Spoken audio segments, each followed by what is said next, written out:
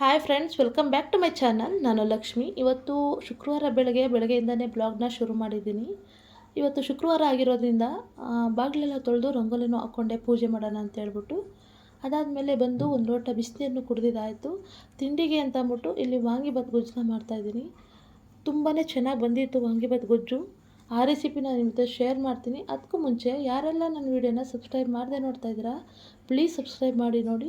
ಈ ವಿಡಿಯೋ ಏನಾದರೂ ಸ್ವಲ್ಪನಾದರೂ ಇಷ್ಟ ಆದರೆ ಫ್ರೆಂಡ್ಸ್ ಆ್ಯಂಡ್ ಫ್ಯಾಮಿಲಿಗೆ ಶೇರ್ ಮಾಡಿ, ಲೈಕ್ ಮಾಡಿ, ಸಪೋರ್ಟ್ ಮಾಡಿ. ಈಗ ವಾಂಗಿಬಾತನ್ನ ಮಾಡೋಕ್ಕೋಸ್ಕರ ಇಲ್ಲಿ ಬದನೆಕಾಯಿ ಮತ್ತು ಈರುಳ್ಳಿ ಎಲ್ಲನೂ ಕಟ್ ಮಾಡಿ ಇಟ್ಕೊತಾ ಇದ್ದೀನಿ. ನಾನು ಅಡುಗೆ ಮಾಡಿಕೊಂಡೇ ತರಕಾರಿ ಎಲ್ಲನೂ ಕಟ್ ಮಾಡ್ಕೊಳ್ಳೋದು. ಅದಕ್ಕೆ ಅಂತ ಒಂದು ಟೈಮ್ನ ಎತ್ತಿಡಲ್ಲ ನಾನು. ಈಗ ಎಲ್ಲನೂ ಕಟ್ ಮಾಡ್ಕೊಂಡಿದ್ದಾಗಿದೆ ವಾಂಗಿಬಾತ್ ಗೊಜ್ಜನ್ನ ಮಾಡೋಕ್ಕೆ. ಈ ರೆಸಿಪಿನ ತೋರ್ಸೋಕ್ಕೂ ಮುಂಚೆ ಈ ಪುಟಾಣಿ ರಂಗೋಲಿ ಡಿಸೈನ್ನ ನೋಡ್ಕೊಬನ್ನಿ.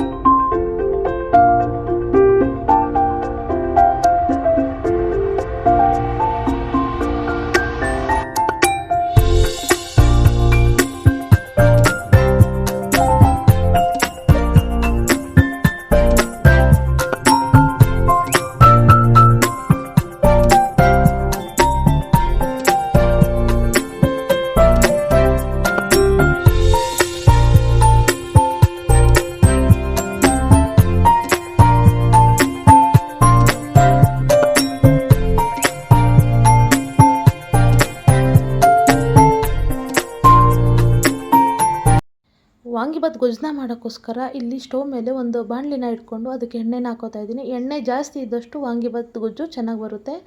ಇವಾಗ ಎಣ್ಣೆ ಕಾಯ್ದ ಮೇಲೆ ಒಂದು ಸ್ಪೂನಷ್ಟು ಸಾಸಿವೆ, ಸ್ವಲ್ಪ ಹಿಂಗನ್ನ ಹಾಕ್ಕೊಂಡು ಚಿಟಪಟ ಅಂತಂದಮೇಲೆ ಒಂದು ಸ್ಪೂನಷ್ಟು ಉದ್ದಿನಬೇಳೆನ ಸೇರಿಸ್ಕೊತಾ ಇದ್ದೀನಿ.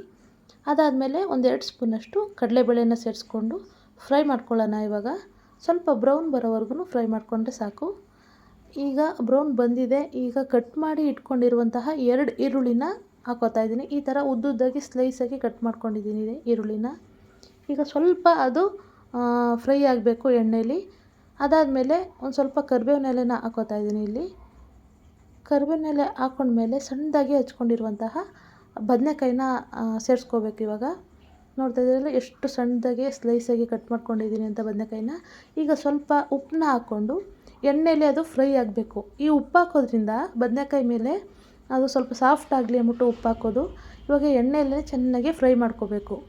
ಅದು ಎಣ್ಣೆಯಲ್ಲಿ ಬೇಯೋಕ್ಕೋಸ್ಕರ ಒಂದು 5 ನಿಮಿಷ ಮುಚ್ಚಳ ಮುಚ್ಚಿ ಬೇಯಿಸ್ಕೊಳ್ಳೋಣ. ನೋಡ್ತಾ ಇದ್ದೀರಲ್ಲ, ಇವಾಗ ಎಣ್ಣೆಯಲ್ಲಿ ಫ್ರೈ ಆಗಿದೆ. ನೋಡ್ತಾ ಇರಿ, ಈ ಥರ ಅಮ್ಕಿ ನೋಡಿದ್ರೆ ಬದನೆಕಾಯಿನ ಸ್ವಲ್ಪ ಅದು ಮುದ್ರಕೊಂಡಂಗೆ ಆಗಬೇಕು. ಅಲ್ಲಿವರೆಗೂ ಫ್ರೈ ಮಾಡ್ಕೋಬೇಕು ಎಣ್ಣೆಯಲ್ಲಿ. ಅದು ಫ್ರೈ ಆಗಿದೆಲ್ಲ. ಇವಾಗ ಹುಣಸೆ ರಸನ ಹಾಕ್ಕೋತಾ ಇದ್ದೀನಿ. ಒಂದು ನಿಂಬೆಹಣ್ಣು ಗಾತ್ರದಷ್ಟು ಹುಣಸೆಹಣ್ಣು ಆದರೆ ಸಾಕು. ಇವಾಗ ಹಾಕ್ಕೊಂಡು ಸ್ವಲ್ಪ ಬೇಯಲಿ ಅದು. ಇವಾಗ ಸ್ವಲ್ಪ ಬೇಯಬೇಕಾದ್ರೇ ಇವಾಗ ಬೆಲ್ಲನ ಸೇರಿಸ್ಕೋಬೇಕು. ಬೆಲ್ಲ ಆ್ಯಡ್ ಮಾಡ್ಕೊಂಡ್ರೇ ವಾಂಗಿಬಾತ್ಗೆ ಟೇಸ್ಟ್ ಕೊಡೋದು. ಯಾಕಂದರೆ ಹುಣಸೆ ಹುಳಿ ಬಿಟ್ಟಿರ್ತೀವಲ್ಲ, ಅದಕ್ಕೋಸ್ಕರ. ಅದನ್ನು ಫ್ರೈ ಮಾಡ್ಕೊಂಡಾದಮೇಲೆ ಈಗ ನಾನು ವಾಂಗಿಬಾತ್ ಪೌಡ್ರನ್ನ ಹಾಕ್ಕೋತಾ ಇದ್ದೀನಿ. ಇಲ್ಲಿ 2 ಪ್ಯಾಕೆಟ್ ಹಾಕ್ಕೋತಾ ಇದ್ದೀನಿ, 10 ರೂಪಾಯಿಂದು.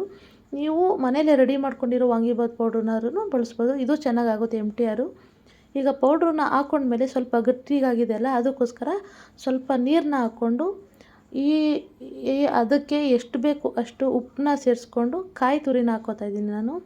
ಕಾಯಿ ತುರಿ ಹಾಕ್ಕೊಂಡು ಸ್ವಲ್ಪ ಮಿಕ್ಸ್ ಮಾಡಿ ಸಣ್ಣ ಊರಿನಲ್ಲಿ ಒಂದು 5 ನಿಮಿಷ ಎಣ್ಣೆ ಬಿಡೋವರೆಗೂ ಬೇಯಿಸ್ಕೋಬೇಕು. ನೋಡೋದ್ರಲ್ಲ ಎಣ್ಣೆ ಬಿಟ್ಟಿದೆ ಎಲ್ಲ ಕಡೆ. ಇದನ್ನು ನೀವು ಒಂದು ವಾರ ಬೇಕಾದ್ರೂ ಸ್ಟೋರ್ ಮಾಡಿ ಮಡ್ಕೋಬೋದು. ನಾನು ಇಷ್ಟನ್ನು ನಾನು ಇವಾಗ ಅನ್ನಕ್ಕೆ ಕಳ್ಸೋಕ್ಕೆ ಇಡ್ತಾಯಿಲ್ಲ. ನಾನು ಇದನ್ನು ಸ್ವಲ್ಪ ಎತ್ತಿಟ್ಕೊತಾಯಿದ್ದೀನಿ, ಸ್ಟೋರ್ ಮಾಡ್ಕೋತಾಯಿದ್ದೀನಿ.